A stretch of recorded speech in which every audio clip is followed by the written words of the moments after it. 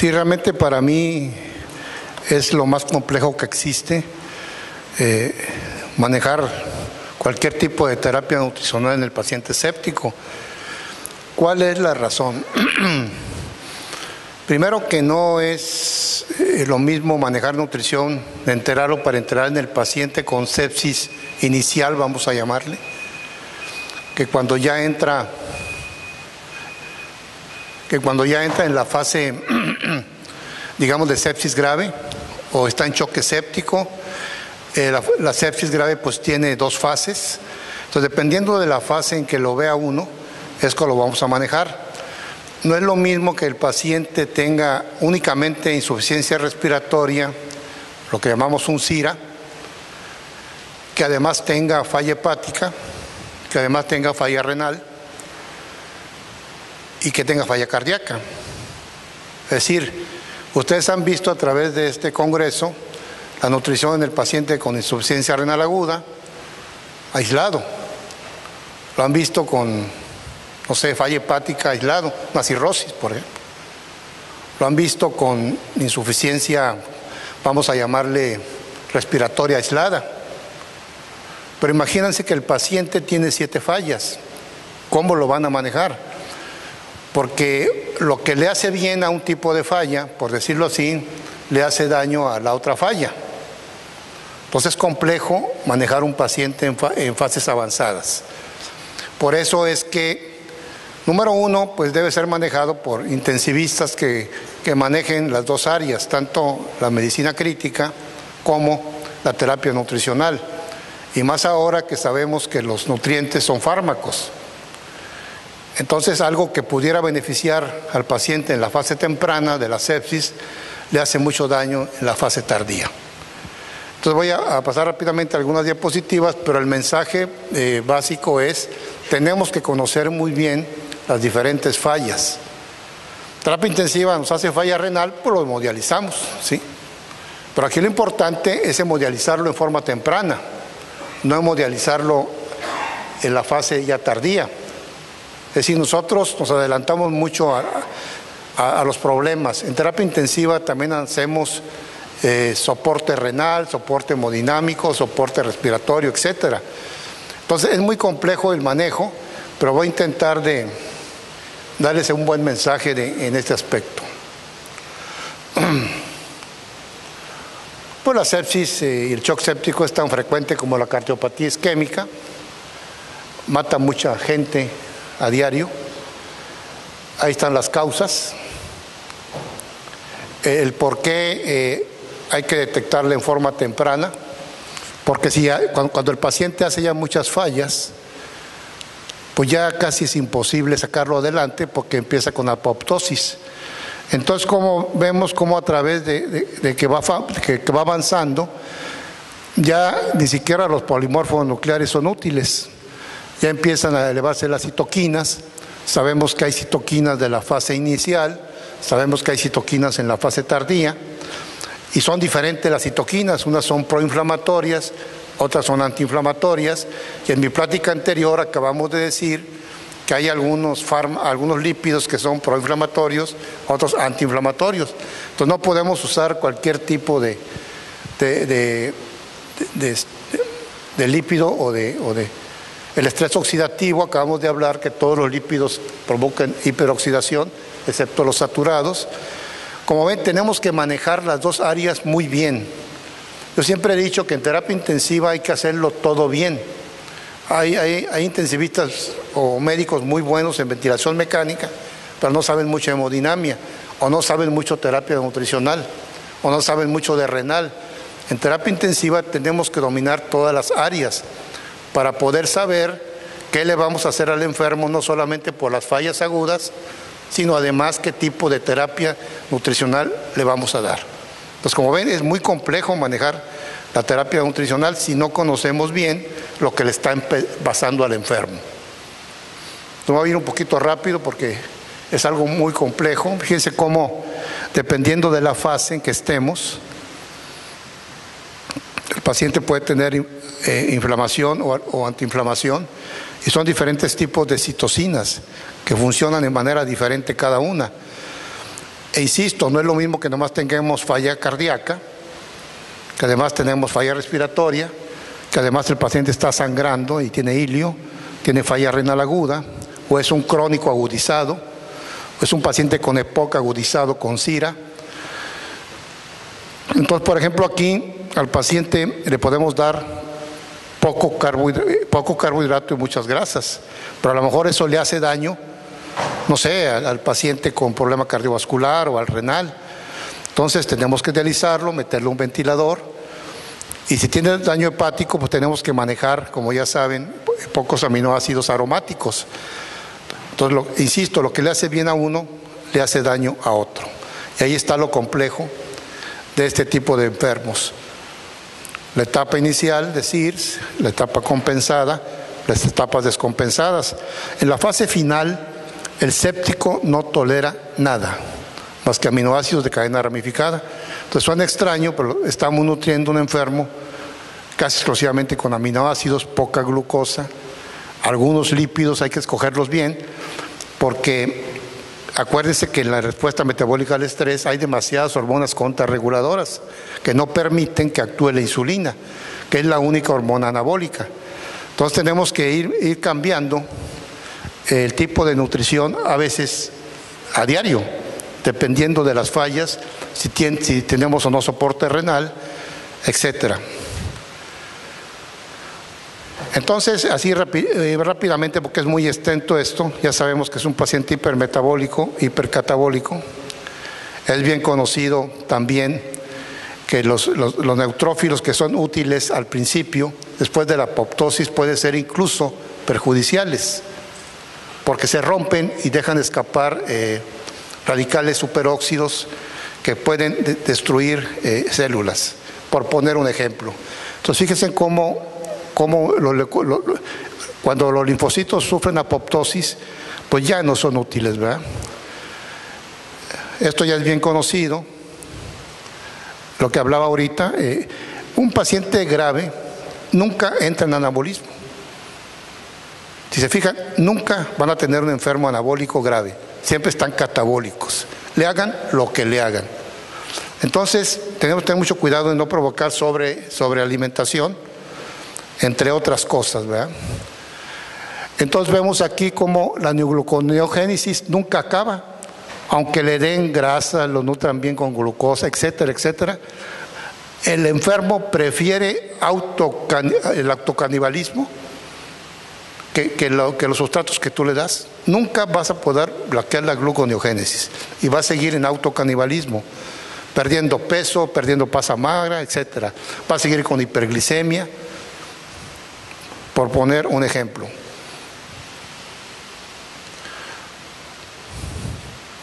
Esto ya es bien conocido, ¿verdad? Para mí me interesan mucho los aminoácidos de cadena ramificada, sobre todo en el paciente con falla hepática o en etapas finales de la sepsis, donde, insisto, el enfermo ya no tolera glucosa, no tolera grasas y solo tolera aminoácidos de cadena ramificada, como recuerdan, isoleucina, leucina y valina, que son aminoácidos que no requieren el hígado para metabolizarse y se utilizan como energía directamente en el ciclo de Krebs. Aquí los vemos, ¿verdad? Y recuerden que los aromáticos, todos estos se transforman. Si es un paciente con falla hepática, pueden provocar falsos neurotransmisores que lo llevan al coma hepático y lo vasodilatan. Como ven, es complejo, pero pues hay que enfrentarlos a diario. Aquí vemos lo de las grasas, ya hablé mucho de ello, no me voy a detener. Aquí vemos bueno, lo básico del manejo del paciente con sepsis. Me voy a ir más que nada al aspecto importante que les quiero transmitir. Ya el doctor Pérez Rada hablaba de la glutamina. Nosotros la hemos usado desde desde Zacatecas, hace 20 años o más. Tenemos mucha experiencia en glutamina intravenosa y está bien demostrada su utilidad. No me voy a detener en ello, ¿verdad? Pero sí es más útil aparentemente por vía intravenosa, según las guías, que por vía enteral. Ahí ven ustedes todo lo que usamos en el paciente grave. Últimamente se ha agregado el selenio. El doctor Manzanares tiene buenos trabajos sobre esto como antioxidante. Los omega 3 ya hablé de ellos y voy a hablar un poco adelante de la arginina. Ya hablamos de, bueno, el aporte de proteínas es bien conocido, ¿verdad? No dar arriba de 2 gramos, entre 1.5 y 2, de acuerdo al paciente. De los lípidos, insisto, ya hablé mucho. En el paciente grave, generalmente usamos 1 gramo por kilo por día. De la glutamina, la verdad, no voy a hablar porque ya el doctor Pérez Rada habló suficiente. Eso nomás recordar de la falla intestinal que a veces se agrega y que la protegemos con la vía enteral o con glutamina. Aquí ven todos los efectos que tiene la glutamina a nivel sistémico. Y bueno, se sabe que ya alrededor de 25 gramos diarios en el paciente grave es la dosis promedio que damos por vía intravenosa habitualmente. Los pacientes muy graves no tienen vía oral habitualmente, por diferentes razones que no voy a decir aquí, ¿verdad? Actualmente ya hay trabajos muy interesantes donde se mezcla la glutamina con el selenio. También trabajos del doctor Grau, entre otros, bajando mortalidad, bajando infecciones, bajando el tiempo en terapia intensiva y en hospital y de falla respiratoria. Los trabajos escandinávicos, esto ya lo presentó nuestro amigo el doctor Felipe Pérez Rada, siempre en favor de glutamina. Las guías, sin duda, todos están en favor de glutamina. La arginina sí ha creado controversia. Ahí ven todo lo que provoca la arginina. Para mí, de lo más interesante quizás sea que es un anabólico, ¿no? Libera hormona de crecimiento.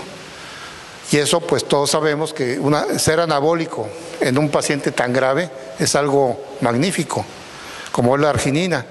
Pero también tiene el problema de que al crear óxido nítrico, pues puede haber más vasodilatación, pero también a veces requerimos que haya vasodilatación. Por eso yo les decía que depende de la fase. Yo puedo usar arginina en la primera fase de la sepsis, en la segunda, con mucho cuidado, sobre todo si es un paciente vasodilatado. Claro, alguien me podría decir, pues dale arginina y ponle norepinefrina, pero no es la idea, ¿no? La idea es que en la primera fase la usemos sin problema. Ya en la fase de vasodilatación o muy avanzada de la sepsis, yo diría que nosotros no la usamos, aunque los trabajos son controvertidos, todavía no está bien demostrado su utilidad en la segunda fase. Y aquí vemos la diapositiva de cómo algo que puede ser bueno se puede transportar en malo cuando hay supresión inmune o inestabilidad hemodinámica. O sea, en la fase de vasodilatación yo diría que está contraindicada. De estos trabajos ya hablamos un poco, de los omega 3, que sin duda nosotros los usamos. Pues nada más hay uno, ¿no? El Fresomega, que yo sepa. El Fresomega al 10%, que trae 10 gramos en 100 mililitros. Nosotros lo usamos en el paciente grave, sin duda. Y a veces cuando es 3 en 1, pues se lo agregamos a la bolsa, ¿verdad? Dependiendo de los gramos que queramos usar. A veces usamos 20 gramos, 30 gramos, un promedio alrededor entre 50 y 60 gramos diarios. Depende del enfermo, depende de la falla que tenga. Insisto, depende del tipo de falla y cómo está el enfermo. El selenio, hay muchos trabajos sobre él, es un antioxidante. Y sí se ha visto que es un antioxidante que ha logrado que los pacientes se infecten menos y que tengan menos tiempo de hospitalización. Algunas evidencias acerca de esto, porque ya me faltan 5 minutos, ¿verdad? Sí. Entonces, aquí vemos ya los trabajos que están publicados. Me voy a detener nada más en reduce la mortalidad en la sepsis. Esto es muy nuevo, hay un trabajo de este año, ¿verdad?, sobre selenio. El doctor Highland, que es de los que más escribe, yo consulto mucho la página esa de Critical Care Nutrition de los canadienses. Ellos sacan cada año, ¿verdad? Espen pues saca guías cada 4 o 5 años, Aspen igual, ¿no? La sociedad canadiense cada año va agregando guías o modifica las guías que ya había. Entonces es muy interesante consultar la página de Critical Care Nutrition, que aquí la ven, yo se la recomiendo. y van a ver algo magnífico, algo muy actualizado. Incluso pueden bajar artículos actualizados de terapia nutricional.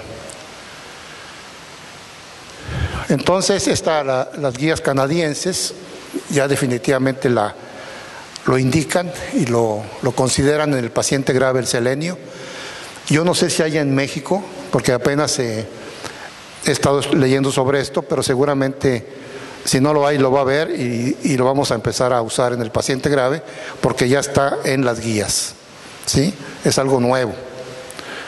Aquí es un breve resumen de las conclusiones del selenio, que ustedes pueden leer, pero lo más importante, insisto, en terapia intensiva tenemos que hacer todo bien. O sea, yo le digo a mis residentes, o sacas 10 o sacas 0. No es posible que me digas, manejo muy bien la ventilación, pero no sé terapia nutricional. O manejo muy bien la hemodinamia, pero no se me da, no sé, manejar la falla cardíaca. Nosotros tenemos que ser expertos en todas las fallas agudas. Entonces, para mí, la terapia nutricional es uno de los pilares de la terapia intensiva. Debemos manejarla bien, porque recuerden que son fármacos, los nutrientes son fármacos, así como causan beneficios, pueden causar daño, dependiendo en qué momento los usemos, a qué dosis y en qué enfermos. Entonces eso es clave. Y bueno, en la crítica de Nutrition también ahí se ve cómo actualmente el empleo de glutamina, antioxidantes, como la vitamina A, como el selenio, vitamina C, la E, los tocoferoles, los aceites, por ejemplo, el omega 3, a veces los saturados, siempre están de este lado en beneficio de los enfermos. Creo que la última. Muchas gracias.